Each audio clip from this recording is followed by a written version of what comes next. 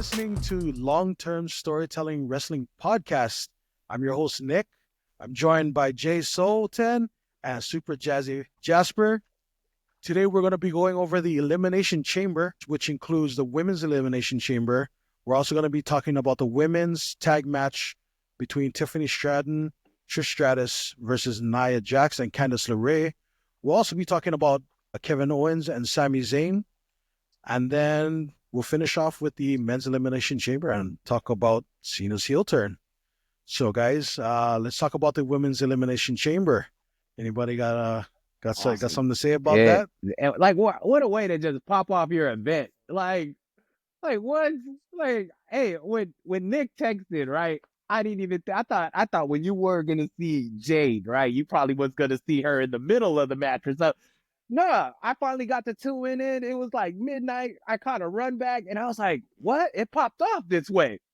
This is how it went down." Like, whoa, dude. Oh, I love the women's match. Liv, everybody, you guys did it, but Liv is my MVP, man. Dude, Alexa Bliss, right? She's like sinisterly gorgeous. Like, this chick was nuts. Her face card when everybody was getting whooped on, like, yep, I'm about to come in here fresh, throwing elbows, wailing on people. Oh, the lady showed out. I think it was my favorite for me. The whole, it was nuts. It was nice. Jay? The women had to start off the Elimination Chamber because of what happened at the end. We understood that was going to happen. And you know how I always say, like, the start of the show, when you have the opening match, you got to put on a banger because you set the tone for the whole PLE. So the ladies, I mean, the first thing you do, you get the intros, and then all of a sudden, out of the blue, you got Jade coming out there. A storm is coming, and you're wondering, like, all right, cool, she gonna whoop on Liv, And nope, she whooped on Naomi. We were waiting for this. This looked like one of those, we're gonna have a moment in SmackDown or Raw where I did it for The Rock. Like, Naomi is gonna come up with that. Yeah. I did it for the Rock moment. She might do something like that, but that's kind of cool. So you kind of think that there's a program there with Naomi and Jade. The cool part about that too is Bianca Belair, man, just the way, like, when Naomi was getting whooped on, like, you saw her expressions. Oh, she sold it. She sold it like crazy. Like, you could see it from her facial expressions. Like, oh, well, she was like hurt by it. So that was cool. I think Bianca is a superstar. I'm glad she went over. As far as the match goes, they hit the spots. People got to shine. And I think the right person went over. I really, like, when we were predicting who was going to win the Elimination Chamber during our chat, I had already said, okay, I think Bianca Belair is going to win. And later on, I'll reveal my pick for the Elimination Chamber for the men. But I thought Bianca Belair was going to win because she was the only credible one that can beat Rhea, right? We all saw what happened in Monday Night Raw today, too. So that flips the script a bit. So we're going to kind of have probably some three-way action going on. But that ain't, when you're dealing with talent like these three women are, three-way action it's a good thing. Hey, I agree with that, too. I agree that the right winner won, because if you're going to pair her versus the Rhea Ripley, you need someone that big, that strong.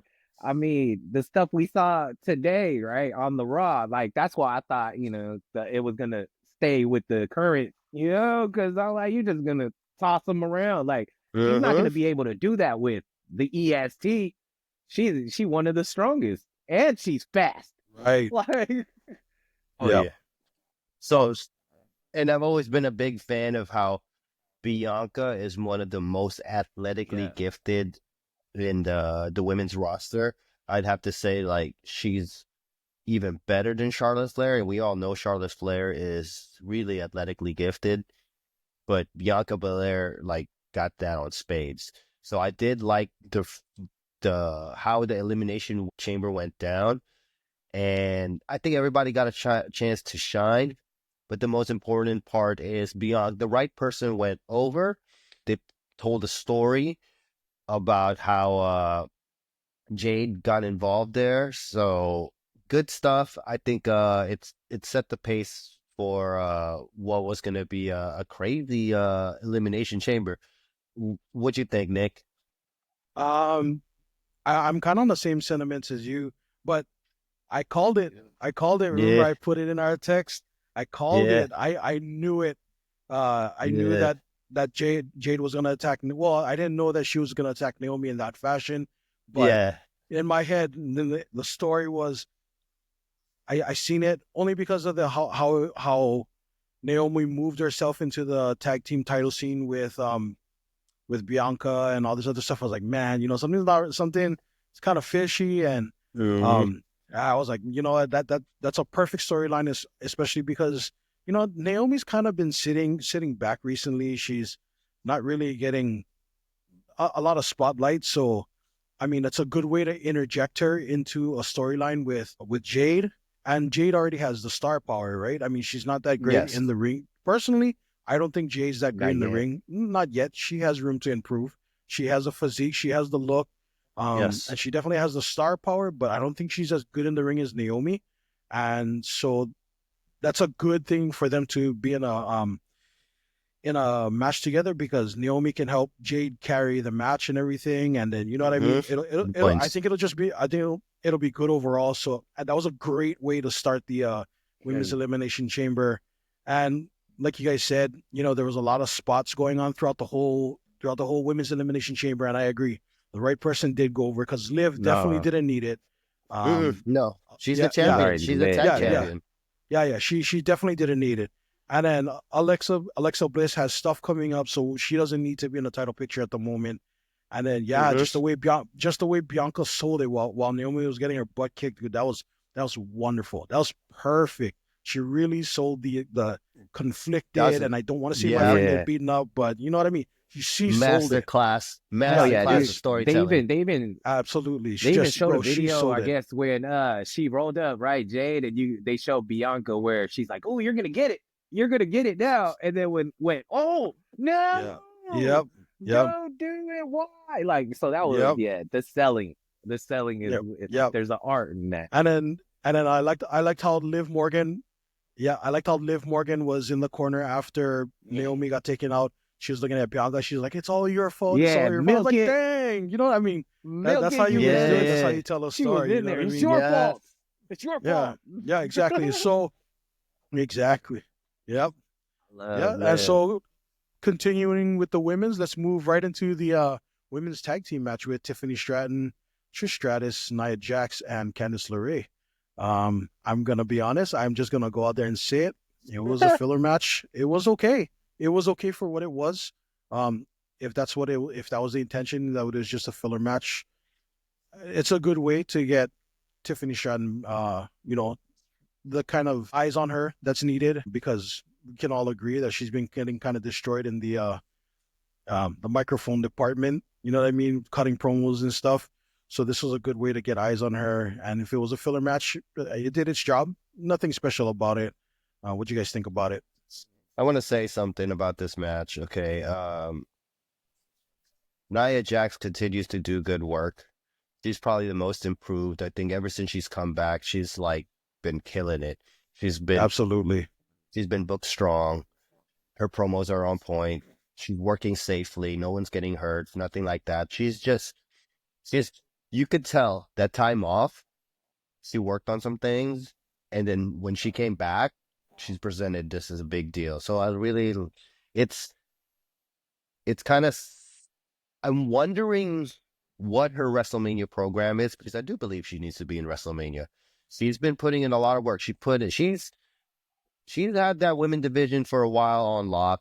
She's made it important. Trish Stratus gets the hometown. My kids get to see me wrestle, feel good moment, hometown hero kind of stuff. So fine, you give Toronto what they want. The they get the happy ending there, and then Tiffy time, man, Tiffy time. So her being the champion now, right? And this time, she's the champion. She does not have Nia Jax to hang on to. She's doing this by herself. And let me tell you, she's green. She can only get better. But my eyes are open, and now that I'm paying attention to her, wow, she's getting killed. She's getting this like I'm rooting for Charlotte Flair to beat her because she just has not been convincing enough to be a champion. She's been annoying. I don't know if she wants to be annoying. I don't know if my face is supposed to be annoying, you know?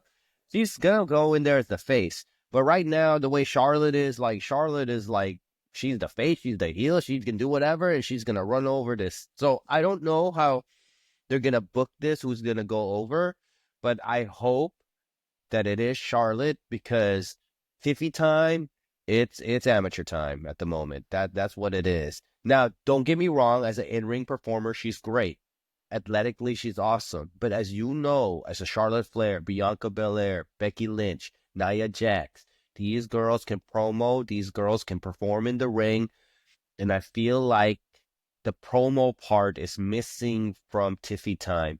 She just annoys me. Maybe I don't know. Maybe I'm like get off my lawn, having an old man moment, right? But man screams at clouds, you know, that kind of stuff. But appearance wise, I have no problem how she looks. She looks like a star. She's She presented like a does. star.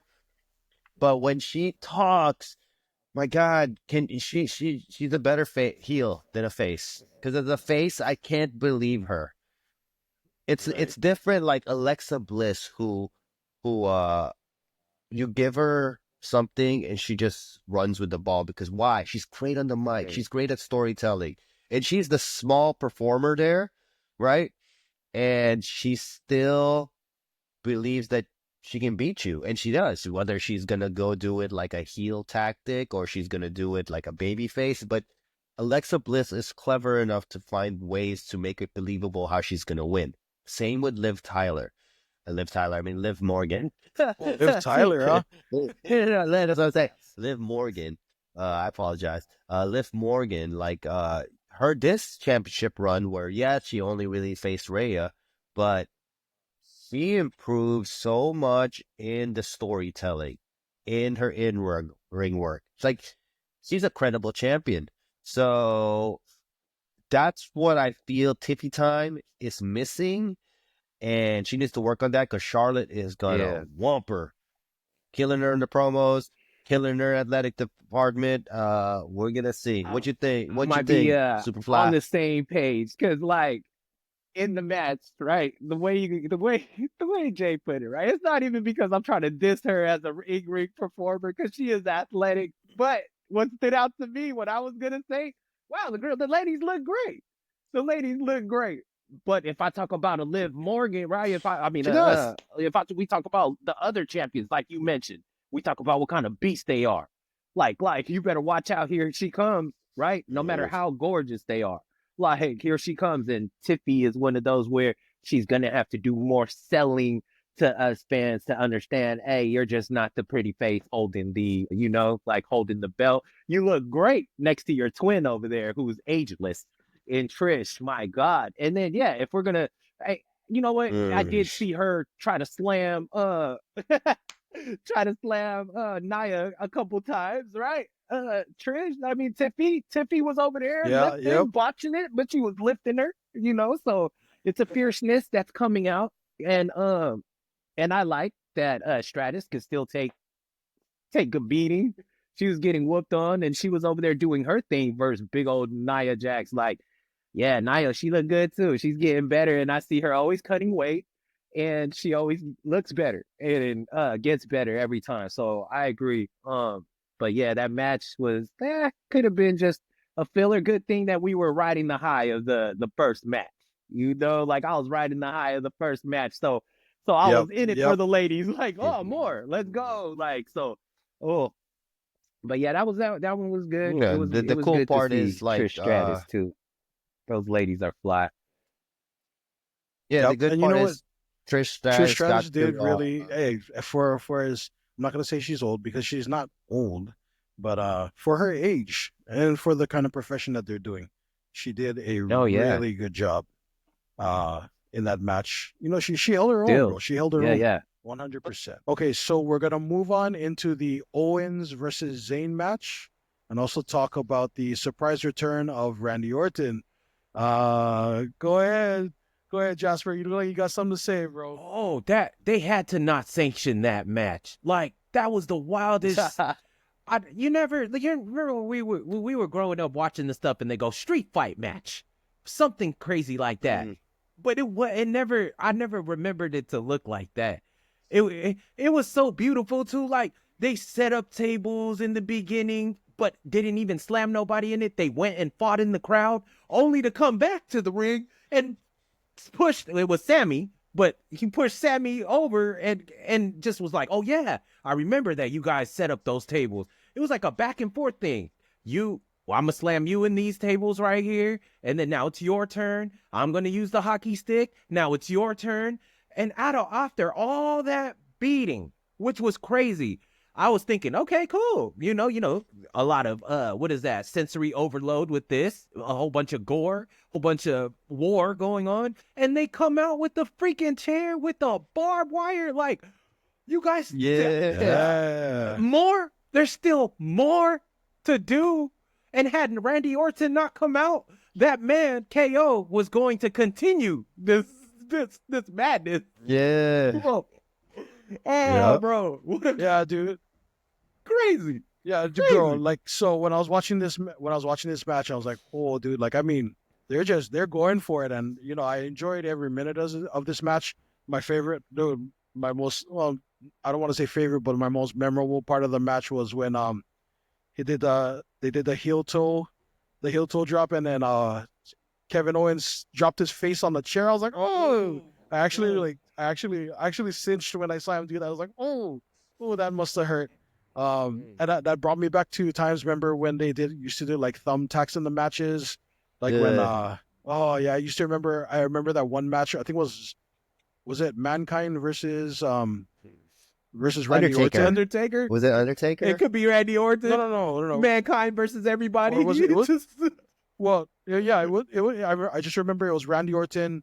They had the thumbtacks out, and then he got slammed on the thumbtacks, and all the thumbtacks is on his back. I'm like, oh, I remember clinching when I saw that one, and yeah, so that kind of brought me back, especially when he hit his face on the chair. I was like, oh, I cinched a little bit. I don't know if you guys watch Maven. He has a YouTube now, and he does his own little like episodes, right? I've seen that. And so his recent one he talks about the little tricks of the trade on how they make it a little less dangerous.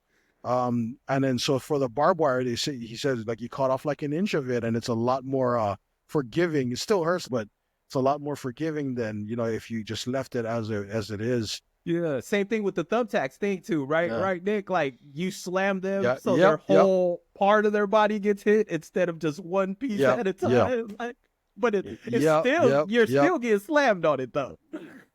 Yeah, you're still getting slammed on thumbtacks, dude. It's nuts. It's nuts. What about you, Jay? Did you enjoy that match? Oh yeah. Very very brutal match, but when KO and Sami Zayn get it on, it's always a fun match. These guys just know each other. They have such good chemistry. You watch them work a match. I think it was kind of like a gift to them.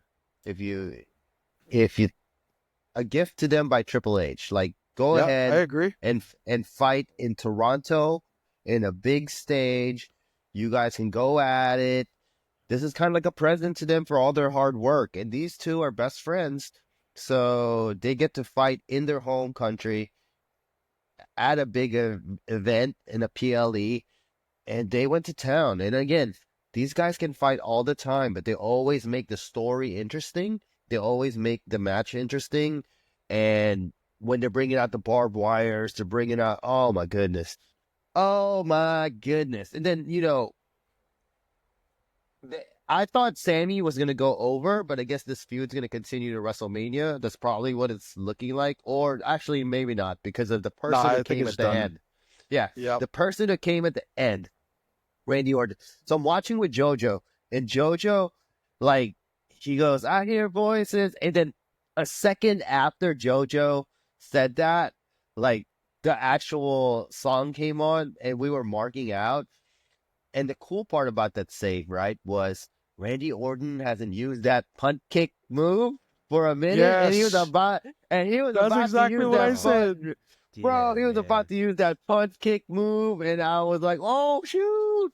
And they stopped it, so they're gonna have there's gonna be a program there with KO, and that's gonna be a banger because KO always, if KO doesn't do it like in ring wise, which he always does, he'll tell a good story. That's why KO is always relevant. He hasn't had the belt for how long now, but he's always in the main event scene. Why? Because this man is a master at telling stories. Telling, he just knows how to make the story believable. So, Sami Zayn and KO, the lead up to this, believable also. And again, a president from Triple H to Sami Zayn and KO to be able to fight in their own home country in a big crowd and just go to town. But I was telling JoJo, like, I thought it was unsanctioned. Why is there a ref? And he was like, oh, no, they Yeah, need a yeah. ref. They I need a thought that was going to referee be, to actually stop the match. yeah. But that again, the big part here is that Randy Orton came out. He was about to use the punt kick. It should be fun how the story is going to unfold here because those two can promo like crazy. Don't sell the match. It's a good WrestleMania match. Will it be night one? Will it be night two? We got to tune in and find out. But the build up for it should be fun. I think we're like what 2.5 months away now, or like less than 2 months. I think less than 2 months, Less than 2 months, man. So yeah. What? Out of bro. And nowhere. Yeah. I know that Randy Orton has been this way since he came back. Since he came back with a while ago, a couple of years ago. But man, that guy was beefy, bro. He was looking super beefy. You know Yeah, what I mean? I was pointing out earlier. I was like, oh man, I remember when he was in his like more menacing days. When he first became the Viper and all this other stuff. Had that really trim look. But dude, Yeah. he's like double his size now. He's huge. He's huge. But Oh, I'm like, hey, hey, he looks good on. It looks good on him. Nick, that was the time you jumped on the stream with us, huh? Yeah, yeah. Okay, yeah, because I remember you saying those points. I thought it was JoJo who said those points, but it was you who said those points. Yeah, Yes, yeah, yes, dude, yes, he's yes. beefy, bro. And Yeah. but you know what? It looks good on him. He's definitely, and even with all the extra weight that he's put on, it's not fat weight. It's just he's bulky now. He can still move, bro, for a Big big boy. dude. Yeah. I think it's for health reasons, right? It's Yeah. probably for health reasons. I mean, meaning Protect Probably. his to back. yeah, Yeah, to be yeah, able to perform because yeah, he yeah, is up there in age and he still performs at a high level. So you got to yep, give one props hundred to Randy percent. Orton. Okay, and in our final topic, we're gonna talk about the men's elimination chamber, and we're gonna lead into the Cena heel turn, bro. So the men's elimination chamber. Um, I know everybody has it. Before we even talk about the chamber, who was your guys' picks? Mine was Cena. Jay CM Punk. and Jasper. Who was your pick? Okay, just for fun, but for real, it was between CM and Cena. But I did say Logan too, just for fun, just Yeah, because I was yeah, like, you know what, Yeah. Triple H is on. Triple H, he's getting scrutinized, and it's showing that he's gonna throw everyone for a spin for whatever reason. So I thought Well, Logan. the yeah, yeah. the Man, reason I had picked CM Punk, right, was he was the only credible one to, like, if they were going to dethrone before we knew what was going to happen with Cena, right? He was like, let's assume. I was thinking, because I wasn't sure they were going to turn Cena, right? So I was going to be like, all right, who's credible? Who will make me believe that they can dethrone Cody, who's the biggest face right now? And I'm like, the most popular guy. It's got to be CM Punk. It's always been his dream to go and main event WrestleMania. And I was thinking, like, he's been in good behavior. He would wrestle. been getting good. He's been in good behavior, and plus they tasked him and put him over Seth Rollins in the debut episode of Raw, which is a big deal. That's probably like WrestleMania moment right there because that's Raw televised everywhere, right? All at one time. Like everybody's getting it. It's a really big platform. And they chose him to be the main event and to go over Seth Rollins. So I'm thinking, okay, he's been winning. He's been credible. He's been going over everybody. The crowd loves him. So I'm thinking CM Punk. He's the only logical choice. Not knowing, was hoping though, if you watched our last, hey, go tune into our last episodes too, because the last episode we were talking about that Cena heel turn, and we were like, well, that's where we were like crossing our fingers it was gonna happen. But watching as a fan, I thought CM Punk was gonna win. Yeah, I'm gonna say that CM Punk. I wasn't doubting that he was gonna win because, like I was telling you guys earlier, that CM Punk has really at least in our eyes, he's turned the leaf compared to AEW. He's really fell into his role as being a mentor, while being on WWE. He's really bringing up the younger talent. I feel like, especially because Vince isn't here anymore, he's he feels like he can open his wings a lot more, be more creative, be more of himself, and so I wasn't doubting that CM Punk was gonna win, but I really was on that Cena train that Cena was he's gonna win that one last title, right? And I know we had that conversation before about how maybe Cena will get it in the end, like win the title in his last match and then just forfeit it or whatever. But I was on the belief that Cena is gonna win it so that he can win the title at WrestleMania, and I know he only has so many dates that he can fulfill between now and the end of the year, which is I think I saw a video where he said he has like 36 dates or something like that. And when you really think about it, 36 dates for the rest of the year, when you have Raw at the beginning of every week, plus you have PLEs throughout the year, it's not that many dates to see Cena. But at the same time, it matches because he's a heel. So because he's a heel, he doesn't have to show up all the time. But yeah, I mean, overall, the match itself was good. Logan Paul really showed out. I mean, it's hard to deny it, really. You know what I mean? At this point, yeah, you can hate Logan Paul all you want. You're supposed to. How can you're exactly. That's what he goes for. He's a heel, dude. Like at this point, how can you deny that Logan Paul is anything but a good wrestler? He's good. I mean, yeah. I know Ronda Rousey brought up the fact that he gets time to practice and all that stuff, but like, dude, I'm almost sure that if Logan Paul went full time, I'm sure he would have to slow it down because he can't be doing spot fest after spot fest on every single match. But I'm sure that if Logan Paul went full time, I think he'd have a way better run than Ronda Rousey. The cool part about it, if you make Logan Paul a champion, right? And I believe he will be a champion. He's gonna get so much heat, and that's what you want, because the person that beats him gets put over so much. So yeah, build up Logan Paul as this big heel that which he's been doing, an antagonizer, and let him antagonize his way all the way to a championship run, which I think he'll get it. He'll probably get the heavyweight before the universal, in my opinion. But let's say he gets the universal. Let's say and again, maybe I'm going over and kind of going out of the subject here, but let's say he beats Jey Uso for it, right? Jey Uso has to chase Logan Paul.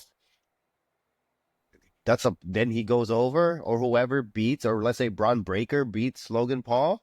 Ah, instant star because of this guy. The way they built up Logan Paul, they've done a masterful job of him. He's got so much heat. So he is going to be a credible champion. He's great with the promos. He doesn't look lost in there. Like, exactly. He doesn't look lost at all. He belongs. And he can spit. He can start it on the mic too. Like, yeah, exactly. I mean, he doesn't cut the best promos, but he you know what? They put him in the right spots because his promoing is mostly just taking jabs at people. It's not really cutting a promo. But like I was telling somebody on our TikTok, like they were like, "Oh, how are we not talking about how Logan Paul cut the best promo?" And this was the Friday before Elimination Chamber, and I put it out there. I was like, he didn't really cut a promo, but he did get in his shots, and I think WWE placed him in the right place. You had all these big names cutting their promos first, and then you had Logan Paul come in at the very end, just take his shots and then dig out, which was perfect. I think that was a perfect spot to put him in. You know what I mean? So he did his job. Drew McIntyre, oh man, you know what? Drew McIntyre, the workhorse of the WWE, bro, he did really good. I'm kind of sad he got eliminated so early, but you know that's the setup for him and Damian Priest. So when John Cena was doing the AA on everybody, right? Me and JoJo were watching, and that Claymore out of nowhere, I was marking out so much. That was so like he's great, and then That was clean. and then Damian Priest, who he kind of got lost here, huh? He He kind of did. got lost. He He kind of He got like he was below Logan Paul, I think, on this one. Not Oh, I because of felt the same talent. way. Not because of talent. It's just because that he's not as credible again as those guys, or maybe it's No, hey. tough to be a face. It's tough Jay. to be a face. Jay, Yeah, I remember agree what they with said? Remember what they said in LFG, right? Sometimes star power overshadows hard work, and that's what it Yeah. was in that point. You know, just Logan Paul. I hate to say it, Logan Paul has star power, and at that point, his star power just overtook any kind of hard work that Damian Priest did in that ring. Not taking away from Damian Priest, but you know, you're right, and that was a sentiment that I think all of us shared, is that Damian Priest kind of got lost in the shuffle on that one, but set up to fight Drew again at WrestleMania. So we'll see how that goes, right? That I should be think they'll good have a too. banger. That should I be think they'll have a banger. those two. Yeah. Those two. Instead of having everybody else in there, just let those two go at it, right? Yeah. Yeah, I think That's a Damian good Priest one. has shown like he can be trusted in the main fight. I mean, in a big event. Yeah. He was trusted to work with Bad Bunny. He was trusted to put over Bad Bunny. He did great. They rewarded him with Money in the Bank there. Look at that. And look how Judgment Day was elevated because of his presence.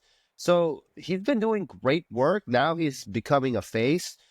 And I always feel like the faces have a harder time because you're the good guy. Nobody thinks a good guy is cool, you know? Unless Right. most of like those are like the younger crowds, like the little kids are the ones that are liking the good guys. So he's starting to become a credible face, and I think he's doing a good job. It's just that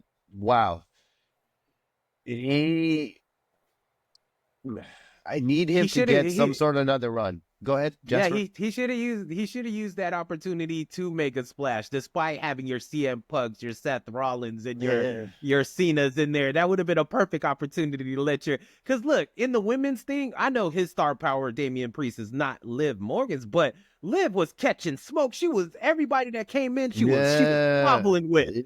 When Lexi came in fresh, who was the first face she Liv.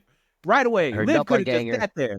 Yes, Liv could have sat there and caught her breath. She didn't. She caught smoke. Damian could have did the same thing in a sense, man.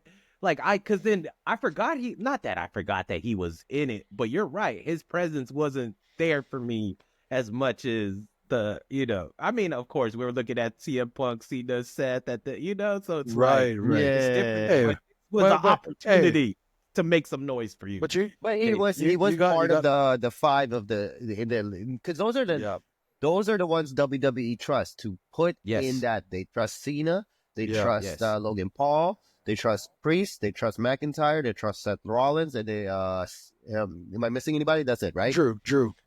Oh yeah, so Drew, they trust they trust all those guys to perform. So he's trusted. So he's trusted. Like yes. Hey, but you gotta give Damian Priest that, bro. His nod to Scott Hall in his attire when he was coming to that's the right, ring, bro. What? That was on the notes. Why didn't I say that? You're right. You're right. I didn't Yeah. even think they were gonna let him hit that because it seemed like he was setting up easily Bro. for it, and then he hit that. So I love, hey, Yeah. dude, who he hit that on? Because I clapped for He that. did I the was like, Razor's thank you. Edge.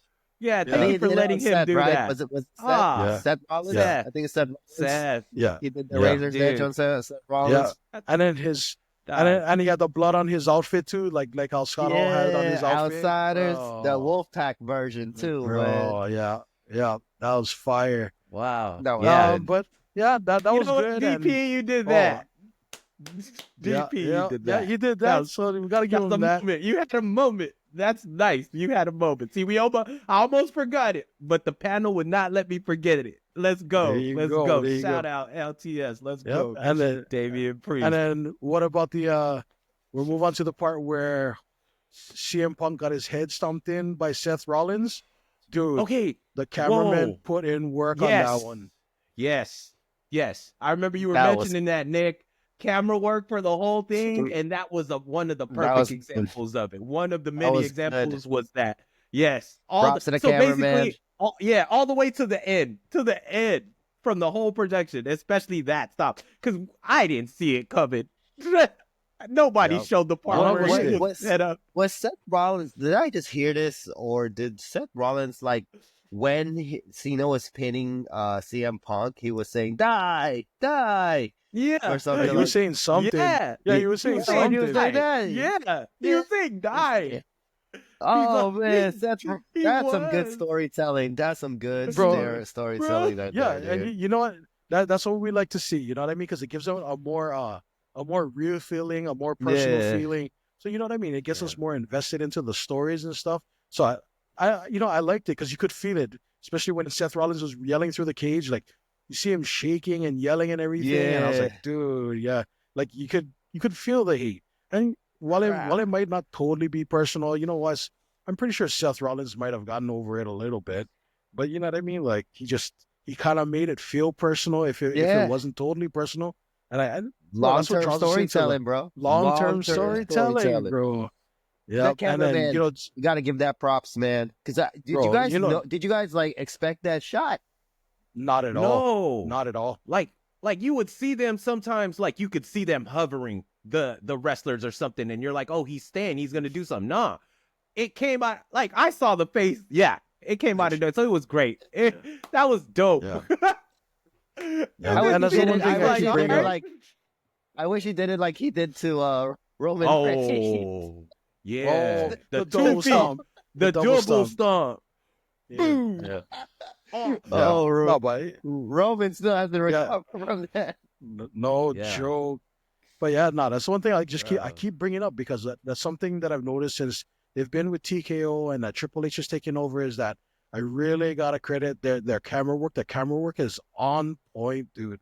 Just it's really in there helping tell the story now for all the matches that they put on and I gotta give them credit. Camera work is top tier right now. Yeah, Let me they're ask a you part this, of it. Nick. They gotta Let me be a ask you part this. of it. Let me ask you this, Nick and Jasper. Did the right person go over? Yeah.